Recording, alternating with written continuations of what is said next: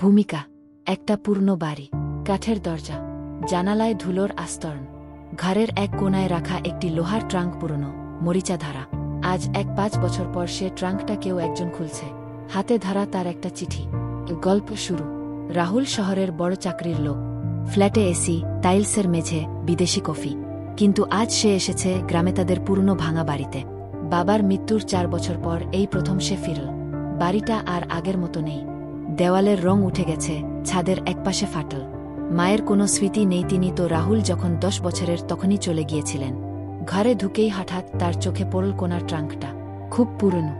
মনে পড়ে গেল ছোটবেলায় এই ট্রাঙ্কেই বাবা তার স্কুলের জামা, পুরনো চিঠি, মার শাড়ি তুলে রাখতেন। সে ধীরে ধীরে ট্রাঙ্কটা খুলল।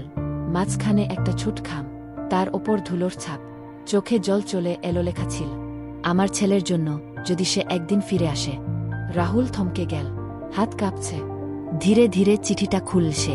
চিঠির ভিতরকার শব্দগুলো ছিল এমন, প্রিয় রাহুল, যখন তুমি এই চিঠিটা পাবে, হয়তো আমি আর বেঁচে থাকব না।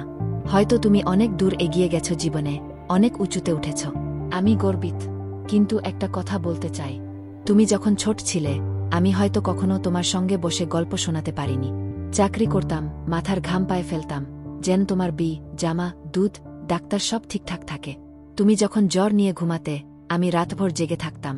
তোমার কপালে পট্টি দিতাম, কিন্তু কখনো তোমার সামনে আসতাম না, কারণ আমি চেয়েছিলাম, তুমি জানো তোমার বাবা শক্ত।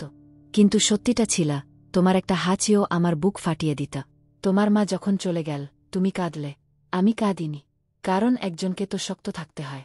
কিন্তু আমি জানি না তুমি বোঝো কিনা, আমি একা রাতের আধারে বারান্দায় বসে কতবার কেঁদেছি। তুমি যখন আমাকে বলেছিলে তুমি শুধু রাগ করো, আমি কিছু বলতে পারিনি।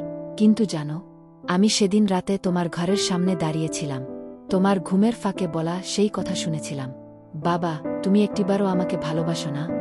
রাহুল, আমি সেদিন ভেঙে গিয়েছিলাম, কিন্তু তোমার সামনে নিজেকে দুর্বল দেখাতে পারিনি। তারপর তুমি বাড়ি ছেড়ে চলে গেলে, যাওয়ার সময় একটা কথাও বললে না। আমি প্রতিদিন তোমার শোবার ঘরটা পরিষ্কার করতাম, যেন তুমি ফিরে এলে যেন গন্ধটা অপরিচিত না লাগে।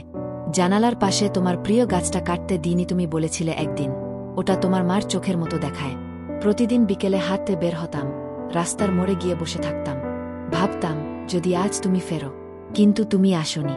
চিঠির শেষ লাইন ছিল, যদি কোনোদিন আমার কবর দেখতে যাও, তাহলে পাথরের নিচে কেবল এ কথাটা মনে রেখো, তোমার বাবা তোমাকে ভালোবাসতেন, নিঃশব্দে, নিঃশর্তে, আজীবন। তোমার একাকী, ব্যর্থ, কিন্তু ভালোবাসায় পূর্ণ বাবা। রাহুলের প্রতিক্রিয়া। রাহুল আর নিজেকে সামলাতে পারল না। চিঠিটা বুকের সাথে জড়িয়ে হাউমাউ করে কাঁদতে লাগল।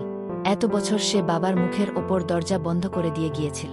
সে ভাবত, বাবা শুধু রাগ করে, ভালোবাসে না। কিন্তু আজ সে বুঝল, ভালোবাসা সবসময় শব্দে প্রকাশ পায় না। কারো কারো ভালোবাসা নীরব হয়, অথচ গভীরতায় মহাসাগরের থেকেও বড়। শেষ দৃশ্য। বাবার কবরের সামনে দাঁড়িয়ে আছে রাহুল, হাতের মুঠোয় ধরা সেই চিঠি, চোখ দিয়ে অশ্রু গড়িয়ে পড়ছে। সে ফিসফিস করে বলল, বাবা, আমি দেরি করে ফেলেছি, কিন্তু এবার আমি ফিরেছি সেই ছেলেটা হয়ে, যে শুধু আপনাকে জড়িয়ে ধরে বলতে চায়, আমিও আপনাকে ভালোবাসি বাবা। গল্প থেকে শিক্ষা। আমরা অনেক সময় কাছের মানুষদের ভালোবাসাকে বুঝি না, যখন তারা পাশে থাকে। সময় চলে যায়, সুযোগ ফুরিয়ে যায়। যাদের ভালোবাসা নিঃশব্দ, তাদের উপলব্ধি করতে পারাটা আমাদের দায়িত্ব।